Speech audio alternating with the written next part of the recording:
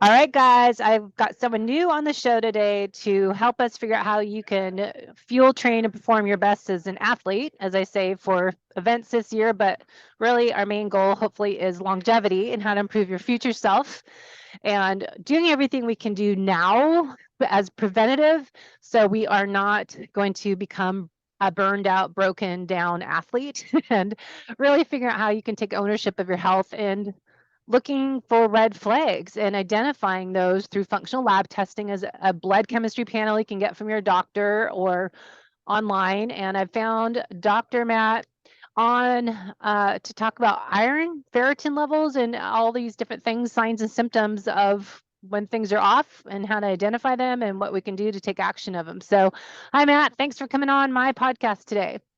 Hey, thanks a lot, Debbie. Pumped to be here. Well, talk a little bit, but you went to Bastyr up in, where'd you go to school? Yeah, got my naturopathic doctorate at Bastyr in the Kirkland, Seattle area. 2009 graduate. Nice. And what made you kind of follow your passion? What was that to get into naturopathic medicine? What led you that road?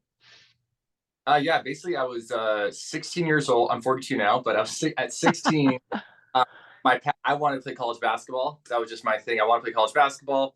And so I was doing workouts at a trainer and stuff. And my mom bought me a book just about kind of nutrition and health and stuff. And just thinking I'm going to help out, my son here.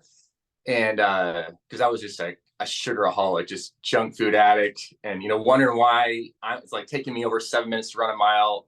All the other guys was like 6 minutes, 5:30, and nobody's, trying. That's just how we are as, 16-year-olds should be at least. And I was way behind. I was like, man, I got to figure something out here. And so got the book. I read it on a trip to California, actually. And it was written by this medical doctor in Florida. Completely changed. I went from basically drinking Mountain Dew, between basketball games and eating Charleston chews to like, okay, I'm done with all that stuff. And just slowly started accumulating better habits in my nutrition routine over the next, 5-10 years. And then now it's stuck. But that really is what got me thinking about basically nutrition and some other way. So I ended up going to played basketball for 2 years at a small NAIA college in Portland, and then realized I'm not going to be an NBA basketball player. I better figure something else out here, which led me to I went to Oral Roberts University in Oklahoma, met a medical doctor there who practiced how I would want to practice. I started interning with him in Florida. I was like, wow, this is amazing. And so when after I took my MCAT test, the admissions test for medical schools, I was like, man, hey, what should I do this summer for medical school? And I met this doctor had come back into town from Florida into Oklahoma. And he's like, you know what, Matt, you should not go to standard medical school. You should go to Bastyr University in Seattle, Washington. Because if you go to standard medical school, like I did, you're just going to have to relearn everything the next 4 years to actually help out, all the stuff that really needs help right now, unless you want to be like a brain surgeon or be an emergency medicine doctor kind of thing. So I was like, okay. So yeah, I had no idea Bastyr existed, that naturopathic medicine existed. I thought, I'm going to go UCLA, I'm going to go UW for medical school kind of thing. I'm going to be a great medical doctor. And he completely flipped my world. And I'm so grateful. So that took me to Bastyr down the naturopathic route. And it's been the best decision ever. Yeah, I think it's really looking at what the reason is you want to go into medical industry, because as we know, functional medicine side and naturopathic route is looking at the root cause of illnesses. And as I watch people, I know family members and my parents get older, and is really looking out. Doctors don't treat the why. They're just giving us different band-aids to, solve the problem temporarily. And it's really what I find it fascinating is what we can do to optimize our health and to improve it, not just fix it with the band-aid and then continuing on. And then as I find more and more the, antibiotics and how they impact our health and how everything can be just different things that we can do, nutritional therapy to help improve our health and wellness, but identify things ahead of time rather than, going to the doctor when you're sick and have problems is what we can take control of now and take ownership of our health by just getting our functional lab tests, as I keep talking about with clients. Ask what you can get from your doctor and insurance, and then you can get the rest online. But, I found even getting insulin tested, I couldn't get my doctor to do it under insurance unless I was diabetic. I thought, okay, that makes no sense. You want to Wow. wait till I am type 2 diabetic to test my insulin, or if it was running in my family, if I had genetics to be type 2 diabetic, which I don't think is necessarily what we're looking for. So kind of what do you find is your area you want to focus on in helping people now as you have your own Yeah. practice? Yeah. So I say just off piggyback on what you're talking about there, a lot of times even the humans in the industrialized world in America, we've almost been taught that basically either you're perfectly healthy or now you have a disease. Like there's no in between. There's no like, I'm going towards this trajectory I don't want in my health. It's like either you're there or you're not, which is like the model. Either I can diagnose you with type 2 diabetes, or your hemoglobin A1C is 6.4. It's not 6.5, so you don't actually have diabetes yet. You're like, whoa, that's just like a tenth of a percentage away from the actual diagnosis. But in reality, if it's above 5.2%, you're aging at a way higher click than you want to be aging. So that's And the other thing is, on whether or not your insurance will cover it, that kind of thing. You can get, I take partial insurance. I'm like 50% cash. That's good. Insurance clinic. But we have a thing set up with this basic LabCorp Quest Labs where you can get, you can pay cash for your labs, and literally it'll be like 75% less than what your insurance rate is. I saw that.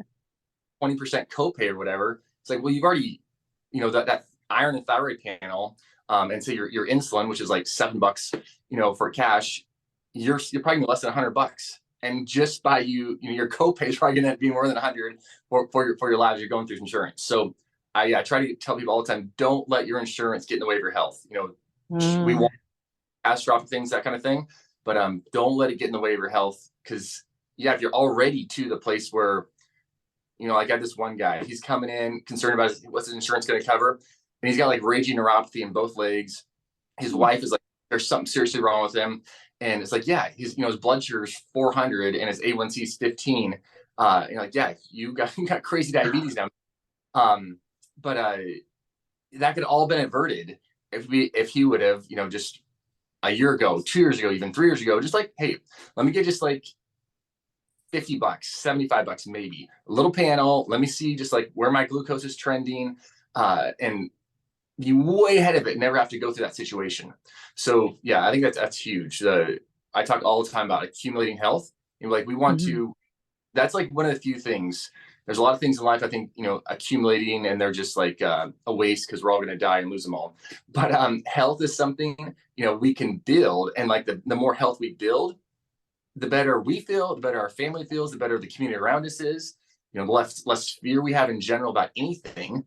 Coming with us if we feel fantastic, awesome, energized, vital, invigorated, and for kind of your community that you're dealing with, the endurance athletes and that kind of thing, if they feel awesome, they're going to perform better. If your health is actually building day after day, week after week, year after year, you're going to feel like, wow, I'm going to be more capable, as opposed to, shoot, man, maybe I hit 50 or so, I'm going to have to kind of like slow it down, not do as many runs. I'm not going to be able to do those races anymore. I'm going to have to just keep tapering it back.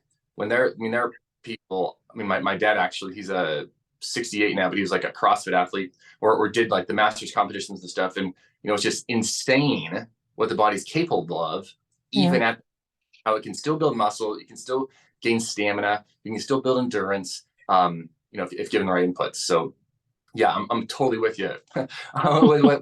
what you're bringing. I love that attitude and that style of going about things. Yeah, I think it is, I think it's so important to just be preventative. And I don't know why people, even athletes, wait until they're broken to spend the money on their health, getting the functional lab test, even though it takes, $100, $200 to get the labs.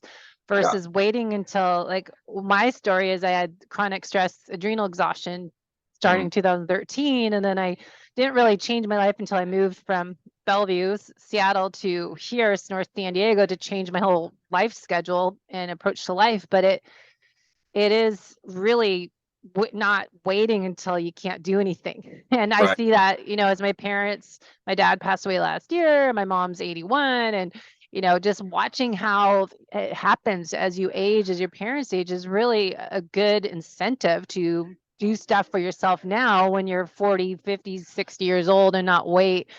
And it's just so simple. So I'm trying to share to our athletes, because a lot of athletes think they're fit and healthy and not realize that they could be unhealthy. Even though you're exercising all the time, they're not doing what I call the holistic method, working on nutrition that's personalized, their exercise, the Goldilocks effect, not too much, too little of everything.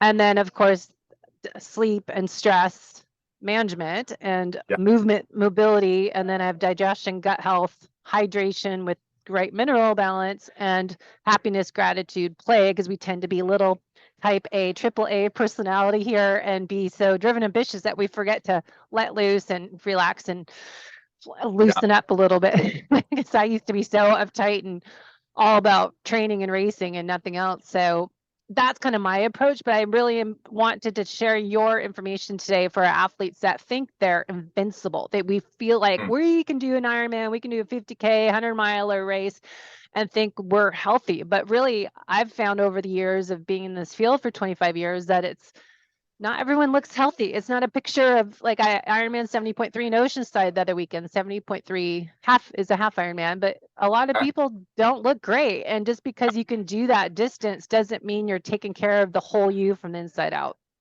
Man, that's so good. Yeah, that's so good.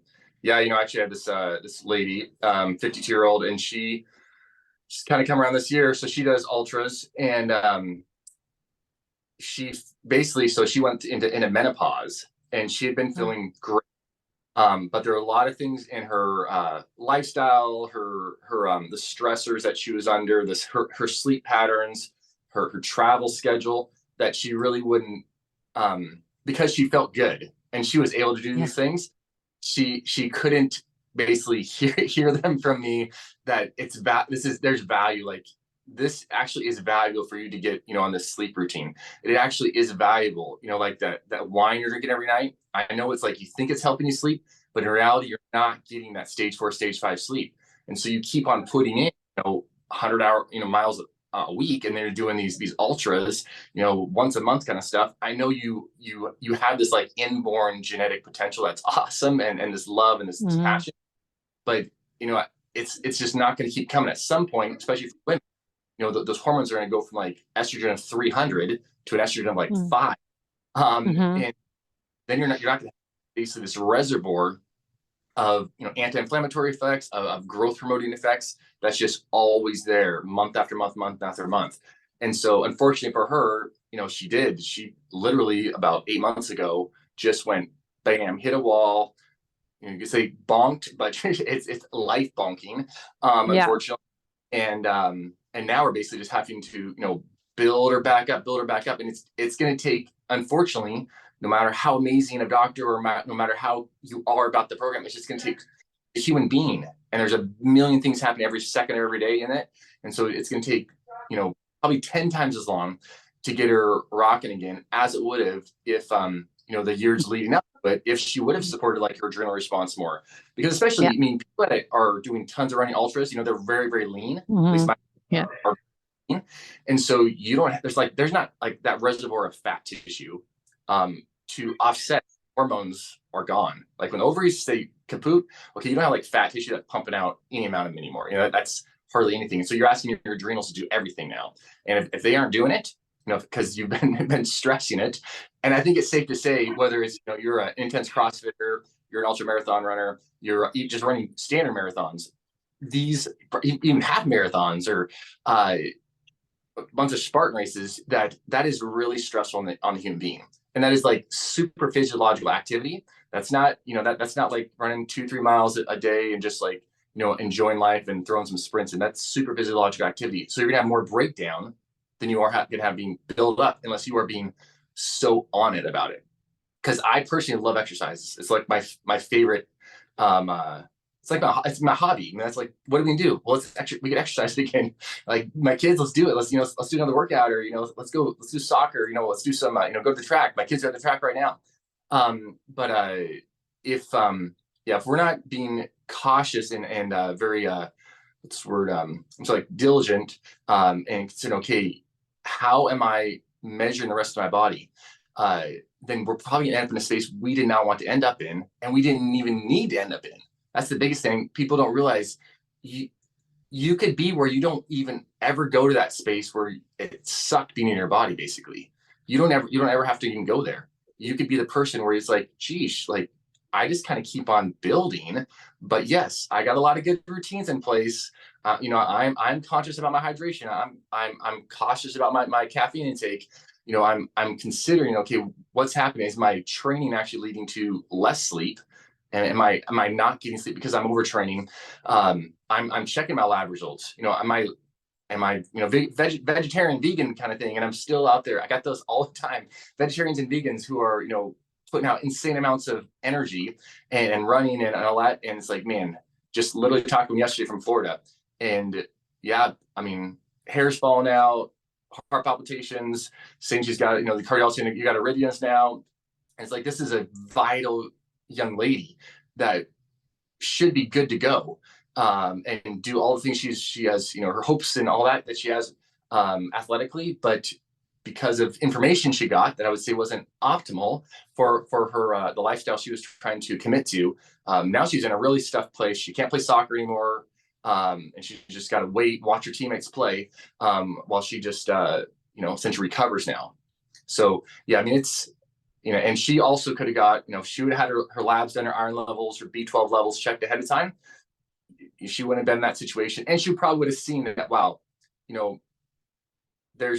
you want to be vegetarian, if you want to be vegan, can go for it. It's going to make life a lot more challenging. And you're going to have to be that person who is doing 1,000 times more than the person that's willing to eat meat, a couple times a week even.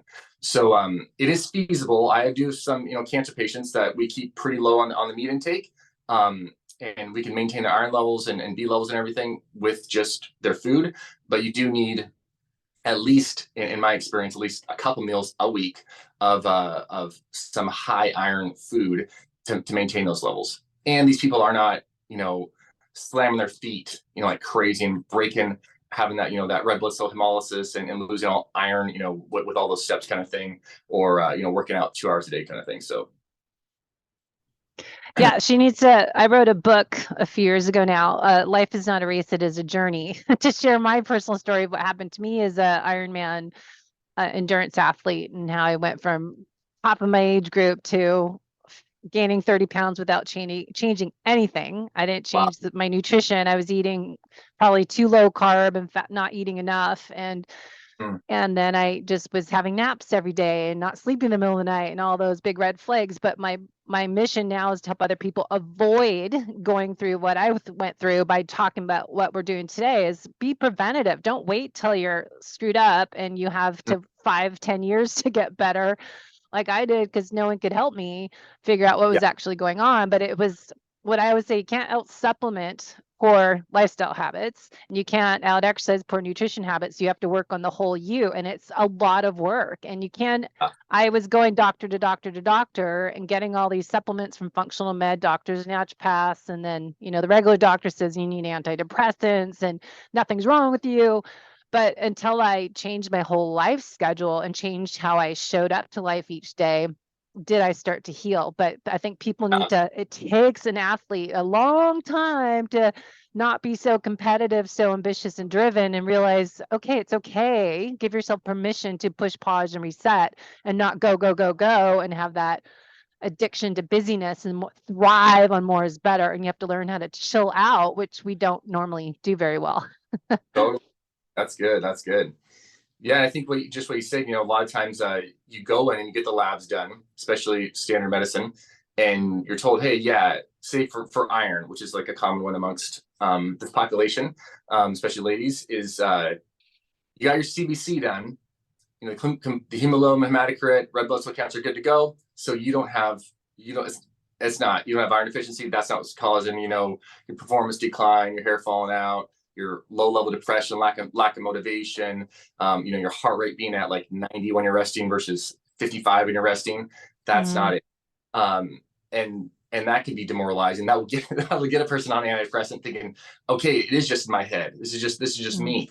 When it usually isn't. I mean, I've seen people in the most crazy spaces that you would think, yes, they are, psychologically, maybe the things are just off. Maybe they do need a psychiatric med to help them out. But then you run just simple, which, I mean, in my mind is super simple, but standard medicine, they won't run them. Like, you're not going to get a B12, even though I would literally do it every single new patient that comes in. We check their B12, folate, D, whole iron panels, thyroid, testosterone, DHEA, all these, along with your standard cholesterol, CBCs, and all that kind of stuff. But you're not going to get that. And then, you're basically, because they're always looking. I don't want to say always. There's great medical doctors out there, great relationships with many medical doctors. And naturopathic doctors could do the same thing. We could all fall into this same unfortunate category. But we look for that disease condition, because you can't diagnose anemia when we talk about iron until that CBC shows it. Until the complete blood count shows like your hemoglobin is low, you can't diagnose anemia. So up until then, there's really not you can diagnose iron deficiency, but nutritional deficiencies don't go over well as far as getting paid for by insurance and that kind of thing. So it's going to be hard. And there's not you're not going to get a blood transfusion or an iron infusion if you're just iron deficient. Most doctors are like, no. Which I'm not a proponent of iron infusions myself. I used to do them for some patients, but I've found ways around that quite easily now. Say the person in your category of athletes is like, I want to get my iron levels checked. I want to make sure I'm good to go. So you would want to get that CBC done, and then make sure you get what's called a serum iron. Get your transferrin level checked. Transferrin is basically the protein that shuttles iron around in the blood. Get your TIBC, total iron binding capacity. So that's basically how desirous basically is your body, your cells, to grab hold of that iron and put it on the red blood cell. And then get your ferritin level checked. Ferritin is considered the gold standard for iron because it is the most consistent marker. Now, you can have the thing about people that do marathons, ultra marathons, real Ironman, that kind of stuff. You could be inflamed, right? Because of the intensity on your body. So some of these people will have ferritin levels that are, they're 80, 90, 100. You think, well, that's great ferritin level. You should be good to go. But they have palpitations. They find their heart rate is, 20 points higher than they want it to be, or they would expect, it's 75, 85, and it's normally like 55, and they're underperforming. And the thing is, which is why you want to get, also iron saturation is another one you want to get on there. Oftentimes the iron saturation, even though the ferritin will be normal, but iron saturation will be low. And that is kind of like your other signal that, oh, you know what? The reason my ferritin is elevated or normal, but yet I'm feeling everything that suggests iron deficiency, is because of literally the irritation, inflammation on my body. Because ferritin is an acute phase reactant. If any of this is too much, just let me know. But it's an acute phase reactant, meaning that as there is inflammation in the body, whether it's you got a cold, you got cancer, you even like get COVID, you have or you like, I just did a crazy workout and I've done, this multiple times in a row, and now I'm just feeling exhausted. There's potential you could actually raise your ferritin level from that inflammation, especially maybe if you're not like a high whole food value eating human being. And so you can have basically this happened to a rugby player where he was like, man, yeah, I was feeling just tired all the time. And my ferritin is like, 90. Come to find out his iron saturation was low. He started, taking some iron, and literally within like 3 days, he was like, I am straight up crushing these guys. This is crazy. And so his ferritin ends up running around 120 or so, which some people would say, that's kind of on the higher end. But when it comes to athletes and people that are, really putting out, generally speaking, I find anywhere from like 70 to 120 is actually quite perfect. And usually if hair loss is a thing, you will not get your hair back until it's at least above 70 for like 3 months. And, a couple patients I've seen even upwards of 100 to get that hair coming back. Which hair's awesome. The biggest reason that really pulls people all the way into like, let me check it out. My hair will not come back. My hair's falling out, kind of thing, especially for the ladies. So yeah, you definitely don't want to just get blood work done and say, okay, that's what it is. We do have these things called Google. There's all, even the lab itself, actually, like Ulta Labs or LabCorp Quest, you can go on their site, you can look and see like what those values really mean, and see, okay, well, if the range is, say testosterone for guys, the range is 250 to like 1200, pretty general range. It's like, okay, well, I'm 275. According to your insurance, you cannot, you should do nothing. You're totally good to go. But in reality, that person's not going to be happy. I mean, that gentleman is not going to be happy. You're going to be way underperforming. You're not going to recover as fast as you want to recover, compared to if you're at 750, 800 kind of thing. So you definitely want to check. Because same with ferritin. Currently, anywhere from like some labs are at 7, some are at 15, some are at 20. Those would be the bottom end of ferritin. And the Gastroenterology Society of America just put out saying, really 50 should be the cutoff. And we know at a ferritin of 30, the bone marrow actually starts slowing down its production of red blood cells. So you don't want to wait until you're basically compromised to start helping yourself out and like maybe change up your food routine. Maybe I'm not getting enough red meat. Maybe I need to, I'm like, I'm drinking so much milk because it's like an easy go-to. And unfortunately that milk, which dairy's, and it's not that dairy's bad for us. It's just that it can bind iron, and and some people, especially these athletes, it's such an easy go-to. Like grabbing yogurt, grabbing kefirs, grabbing milk. That's like easy calories, and it's generally wholesome. And so I'm like literally that casein and that calcium are binding up all the iron I'm putting in. And so we only get it's already challenging enough to get iron into our body. And so if you're having like 3, 4, 5 servings a day of the dairy, which I've seen this happen multiple times in children now, you could actually be iron depleted and, way underperforming. And literally all it is, you just like maybe cut your dairy in half. And then that amount of iron you're taking in will be sufficient to manage the lifestyle you're injecting on yourself. So you focus more on the ferritin, the iron panel when you're working on your functional lab tests with athletes or just people in general? Are you looking at the whole picture and then identifying what's high or low? But what led you to focusing more on the iron panel? I would look at everything. Plenty of times ferritin is normal, iron is normal. That is just one that is so overlooked. And it's like the simplest thing to solve. Like, this is so easy to get rid of your heart palpitations. This is so easy to get you, out of this depressed state, out of this anxious state. All we got to do is give your body this mineral that is, the most depleted mineral / metal. There's like 2 billion people on planet Earth right now that are deficient in. Well, can you just say though, what are some signs and symptoms of low iron levels? That would be good. And then let's look at, why would they be so low in people? If we can summarize that, might be easier for people to listen and grasp, but they might relate to. So low iron or low ferritin, what are some common signs and symptoms that you see? Yeah, so fatigue is definitely the most common one. Yeah. And then there's hair falling out, feeling like your nails are not growing like they used to, depression, anxiety, heart palpitations, and really the resting heart rate being up, especially for athletes. That's the most common one that athletes will see, because so many athletes are wearing watches or bands. Their aura. It's like, sheesh, it's like I'm doing just what I was doing before. And during my workouts, my heart rate's, 10, 50 points higher. During just rest, at sleep at night, it's 10, 15 points higher. What's going on? And that's, of course, is just literally wasting energy. Heart's beating 10, 15 times more per minute when you're doing stuff. So that would be generally fatigue, lethargy, just my motivation, my drive isn't there like it was before. And then you check your iron levels. Ferritin being the main one, I would say. If you're feeling all that and your ferritin is high, it's possible to have too high iron levels, and that is also an issue. There's this nice balance.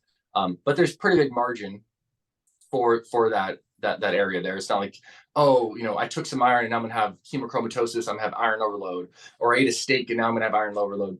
Especially if you're running a lot. And then so things that might cause or promote iron loss, for women, of course, it's like their menstrual cycles. Every month you're losing blood, you're losing iron. And depending on losing, that can play a huge role in whether or not your body has the capacity to build that back up over the month. And then there's like that foot strike hemolysis. So like every time people are running cement, asphalt, it's not as big on tracks or treadmills, but definitely cement, asphalt. Every time that hit, there's little capillaries that are breaking, and you're literally there are red blood cells, iron through that process, and it can be shocking. But I just had I actually had a guy, a firefighter from California, that I was consulting with. And, he was saying, I just run about 50 miles a week. I don't do much running, kind of like a hobby of mine. I was like, man, 50 miles a week. You are like 0.01% of the population running 50 miles a week. And literally that is what's happening to him. That's why he's a guy, 35-year-old, that's iron deficient, which you don't always think that in a gentleman. And he's not vegetarian or vegan or anything like that. But literally he's just losing iron that way.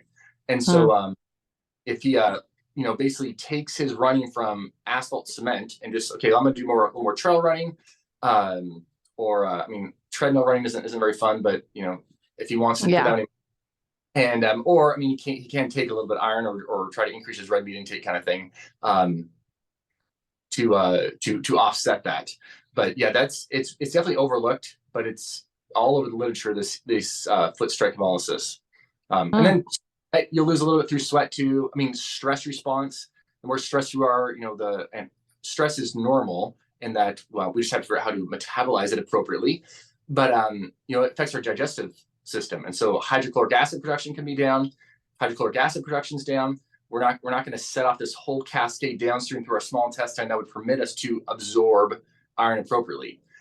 Same thing with lower thyroid function. If lower thyroid function's happening, we're not going to have the digestive juices, the gastric juices to promote iron uptake. So a lot of people who are low thyroid will also be low iron, and then if you're low iron, you often be low thyroid, and they just kind of keep playing on. So it's that's where I think it is high value. If you're going to get, I would never just test a person's ferritin level. That's such a teeny little itsy bitsy picture of like why potentially they're in that situation in the first place. And so it is high value. Like I said, probably $120 if you're paying cash. That is, you could get almost anything that's not just completely crazy out there.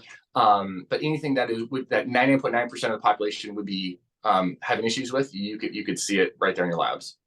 So a lot of it is also looking at, the other markers, if the hemoglobin, the RBC panel, and looking at those markers are higher or lower. Because I know a client that his doctor actually gave him iron pills without even testing his iron, which kind of annoyed me. I'm like, shouldn't they test your iron levels instead of just looking at your hemoglobin, RBC, and looking at those markers?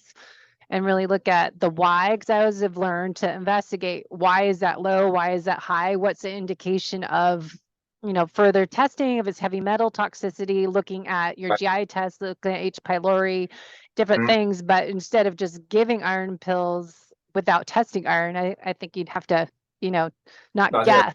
We say test and not gas all the time. Well, yeah, that's the thing with, you could have anemia, but it doesn't mean it's always iron deficiency. There's plenty of other reasons you could have anemia. A lot of, I would say, more aggressive, undesirable things, as far as why you would actually be in anemic state, or your bone marrow maybe sluggish. That may not actually be iron deficient. So, it's, What else could it be? I had a patient who just got an iron infusion because she broke her femur, and she was in the hospital, and her daughter called me up and said, hey, they just gave her an iron infusion because her CBC said she was, iron deficient. I was like, okay, send me the labs. And, they had actually run a ferritin and all that. And it's like, no, those are completely normal. Her levels, her iron saturation is normal. All that's normal. She does not have iron deficiency. She does not need an iron infusion. And it's like, you don't want to give just because the CBC is low. It could be, there's what's called anemia of chronic disease.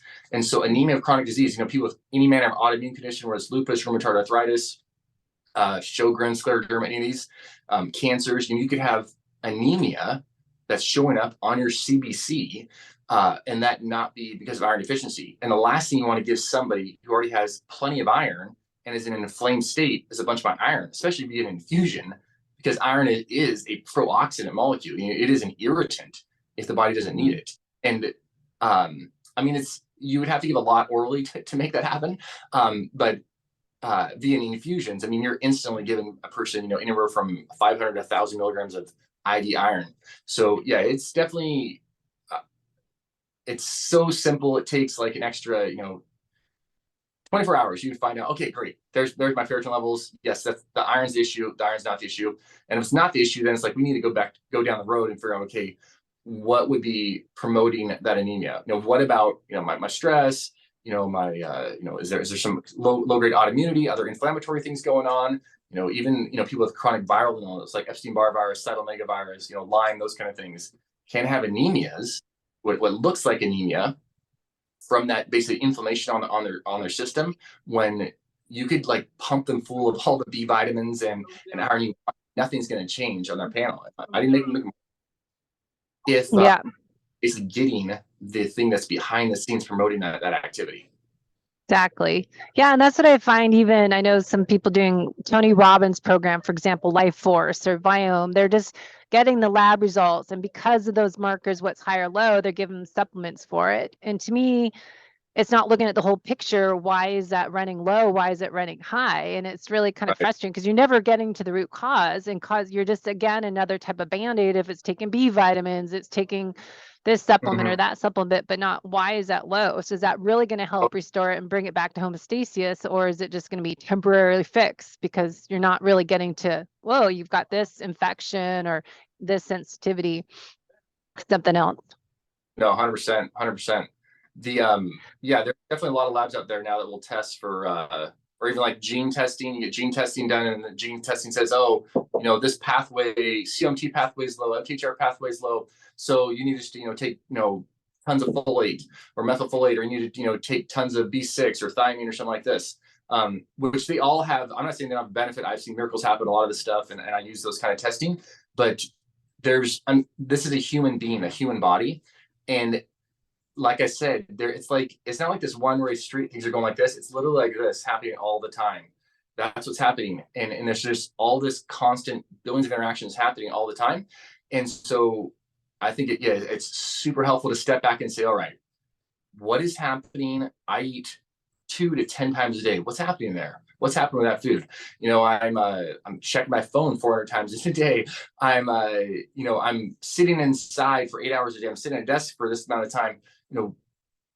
These relationships I'm in, how is all that impacting me? And for so many people, sure, maybe their B12 is low, maybe their iron is low, and that you help that out. But a lot of times that is just like one little cog in the wheel of really what they need to get themselves rocking. And there's no amount of, spectra cell testing or different testing that's going to just also make it all right. Because, I started taking, this new special multivitamin and vitamin K and all this kind of stuff because, my cell levels were low. There's always some underlying thing or lifestyle or endeavor that's promoting that. And it's not to say I use plenty of vitamins in practice. I take plenty of vitamins myself. Not to say those aren't fantastic, can be awesome. But yeah, this for that, just over and over, this for that, and that literally is like standard medicine. That's like acute medical care. You have, salmonella poisoning, so we're going to give you this bacteria. You have H. pylori, so we're going to give you, these triple antibiotic therapy and an acid blocker. It's like, well, yeah, but why would this person get H. pylori and this other person who went to the exact same restaurant not get H. pylori? I guarantee if you went and ate out, you both ate H. pylori. That's just how it works when you eat out these days. And what happened, it's probably has everything to do with their hydrochloric acid production. If that hydrochloric acid, that pH is getting low and you're like, can incinerate anything that comes through, you're probably not getting H. pylori. So what we need to do is to figure out, okay, how are we going to get this patient to start producing more hydrochloric acid as would be optimal? And that's probably going to have to look lifestyle and the other foods they're eating. And, it can definitely go on forever. And so that can be deflating for some people. So I think there often needs to be some symptomatic relief, coupled with the deep dive into, all the nuances of the human being and how to optimize their health. But yeah, I'm 100% with you. It's that we want it to be so simple, but unfortunately with the human being, No. it's not going to be that simple. Rarely is it that simple. Yeah, no, I agree. So what about foods? I was talking about what you eat, when, why, how, and where. That it is what foods help us, improve our iron levels is like there's heme and non-heme iron levels, foods, and how to increase absorption if they are plant-based. What are some things that you found that works for people? Because plus digestion enzymes and things like that to actually break it down. Because I always think a lot of people, or find a lot of people, eat these good nutrient dense whole foods, but they don't actually properly break it down. Partially because Right. they don't have the enzymes, partially because they're eating in sympathetic fight or flight. So true. So true. Yeah. I mean, I think generally speaking, I've seen people eating, tons of red meat and be, iron deficient. And that a lot of that tells you either they're losing blood, they're just not, keeping up. But there's also, the gut itself.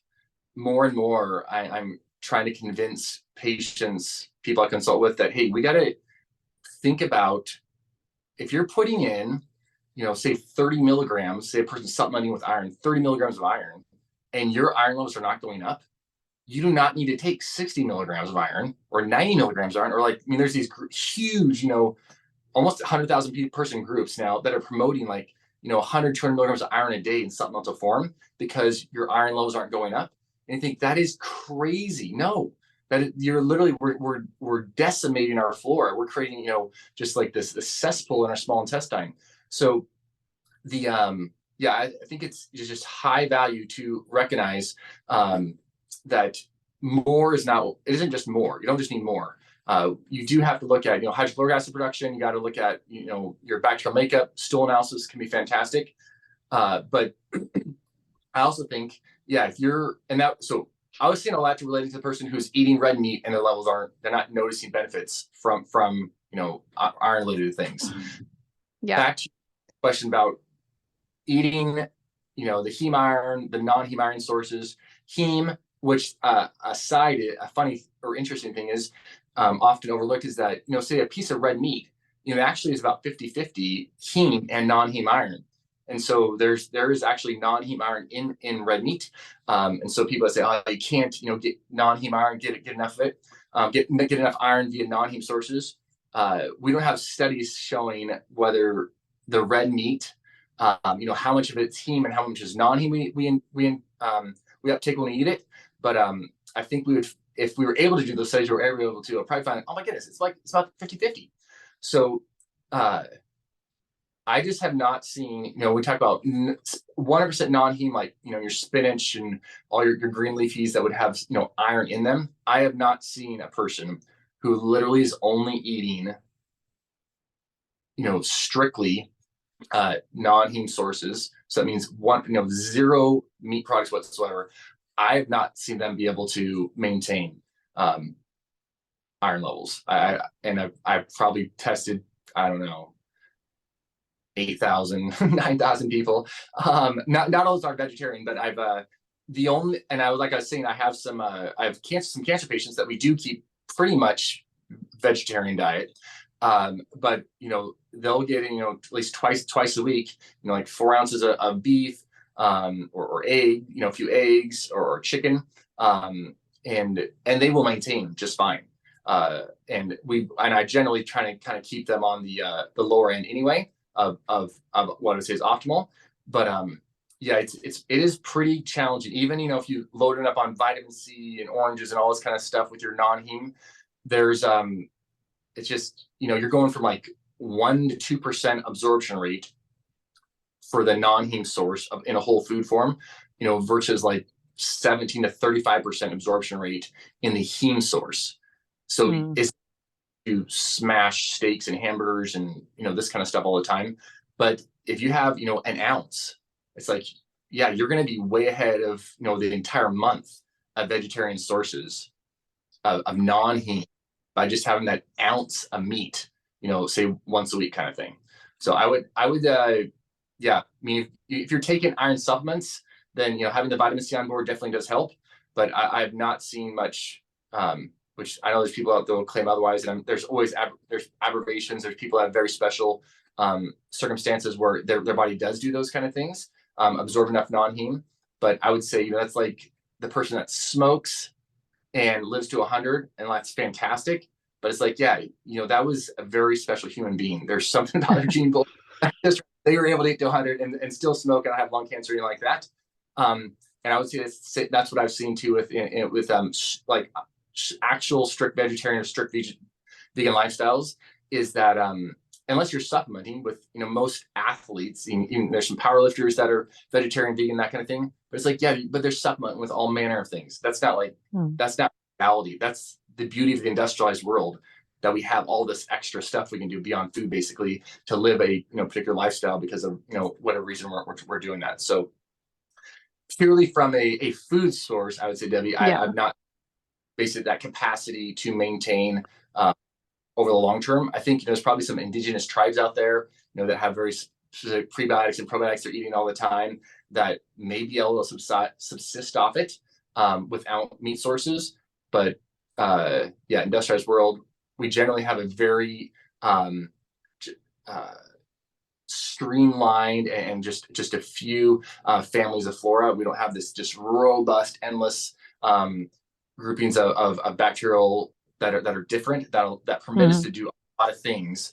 That say, if you're up in some indigenous region where you're eating all these tubers and stuff all the time, that your body it can like extract all kinds of craziness, and maintain nutritional status. But I wish we were there. I'm trying to get myself there. I'm trying to get a good variety and keep them and we definitely make high value, keep the processed foods out. But we just, we're inside all the time. There's so much hygienic stuff done. It really slows down our capacity to have those basically flora adaptive mechanisms in place to be able to extract, kind of next level nutrition from food. So what are some steps for people to get started on, what do they get? Blood work, what to ask their doctor, focusing on more nutrient dense whole foods, as most of them seem to be, like I just had a list open of foods that are higher in iron at the top of the list. I don't know if there's an order: red meat, beef, lamb, pork, poultry, seafood, organ meats. And then there's, vegetarian foods, nuts, seeds, pumpkin seeds, cashews, almonds, dark chocolate, spinach, kale, broccoli, Swiss chard. But adding these foods into diet, I find most people are not digest them properly, and they might be having steak every night and they're still having some low levels. So it's looking at, going back to what I said, choosing those nutrient dense whole foods, but proper digestion, eating slowly, chewing their food, being mindful, not mindless eating. I think that makes a difference, I would think. And then, blood tests and how to take action. So how would you get people started and to make sure their iron levels are at optimal levels? Totally. So if a person has any thought that way, I mean, I'd say if you are a heavy runner, you're crazy not to get your levels checked, because it is going to be, if it's low, you're like, whoa, this is crazy. And plus if our iron levels are low, then, we cannot supply the energy needed for the heart to work appropriately. We cannot supply the energy needed for muscles to work appropriately. And so recovery is going to be lower, chance of injury is going to be higher, and actual stress on the heart muscle itself, oxidative stress, is going to increase by not having sufficient iron on board. So it is definitely high value. So ferritin level, the TIBC, the iron saturation, the transferrin level, and then just your standard serum iron, and then the CBC, those would be like, and I always do a B12 and folate along with that, because you need B12 and folate to make red blood cells.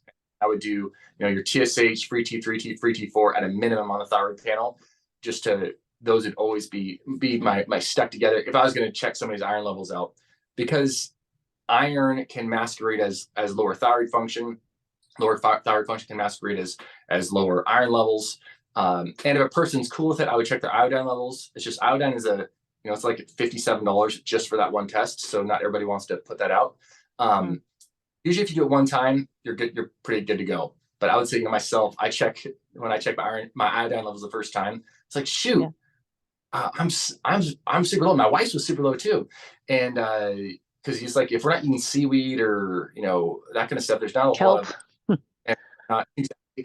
And if I'm not eating, we just use, sea salts and stuff. There's not really an iodine in there unless it's been iodized. So that is definitely one to put in the mix. If you got, a couple extra bucks that you mind spending, and sometimes sometimes we'll cover that.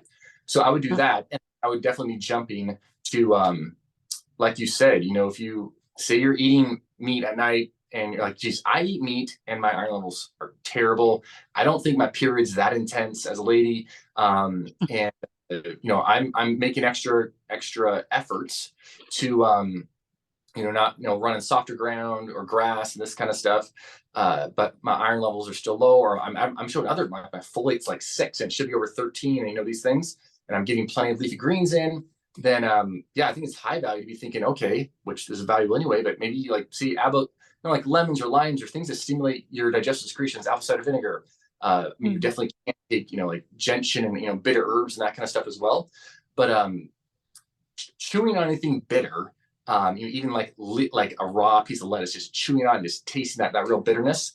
Sometimes it's hard to find these days because we, stuff in the grocery store, like it's all dampered down. But if you get it straight from your garden or somebody else's garden, like, well, that is bitter. This is okay. This is doing the trick. But those bitters can really help stimulate that initial hydrochloric acid secretions, salivary, amylase and everything.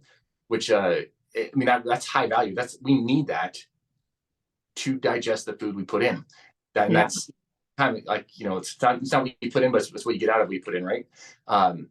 So I think that is definitely high value thinking about, okay, if I'm, like you mentioned here, that sympathetic fight or flight state, a sympathetic state is like, I'm going to run from the tigers and bears. So digestive secretions, other than like losing my bowels, that's all that's going to happen. There's no hydrochloric acid production happening. There's no, enzymes coming from the pancreas or bile salts being sent out through the gallbladder to help digest food. So, a couple. Take 3 breaths before you start eating, push pause and just inhale, exhale. It's amazing what that does. Right. And it just keeps adding up. You just like, I'm just going to keep doing this. Next, that feels normal. And amazing enough, your nutritional status is up, and your gas, your bloating, your indigestion has gone down significantly. So that's why in nutritional therapy, we always start north to south, not just, taking this for that, but just work on, how are you eating? Are you taking that moment to shift to the parasympathetic state? Are you digesting your food properly by chewing and eating slowly? Are you just wolfing it down and working and doing, multitasking while you eat? But, always starting north on everything, I think, and work your way down is a good way to start. Yeah, huge. So we're running out of time, but sorry, go ahead, and then we'll put links in everywhere everyone can learn more about what you do. Sure. Yeah, I was just saying, I think, like you just mentioned, like the simplest things, those are overlooked over and over and over again, but literally those are powerful things, because those things that we were doing every second, every day, multiple times every day, it's like, man, if we put all our energy there, it's like hard for dysfunction to show up in our life. The free things though, but teaching people the free things, or, you're already eating, but let's choose this instead of that. And then focus on how you're eating and when you're eating to really optimize your health, I think, are things that I always want to remind people. Morning sunshine, breathing, doing some stretching, different things you can do to help your health. It doesn't have to cost more money is always what we want to start with first. Like, what can you do now that doesn't have to cost you money, so you don't have any excuse? It's a choice that you make. That's good stuff. Yeah. So go ahead. Sorry, I interrupted you again, but where do we find more information? Sure. Yeah. So, if you want general iron stuff, endless information on like how you could get after iron for an athlete, pregnant women, especially, you can go to optimizeiron.com. And then my general, where I blog and write and all that kind of stuff, is at drwholeness.com. And that's great.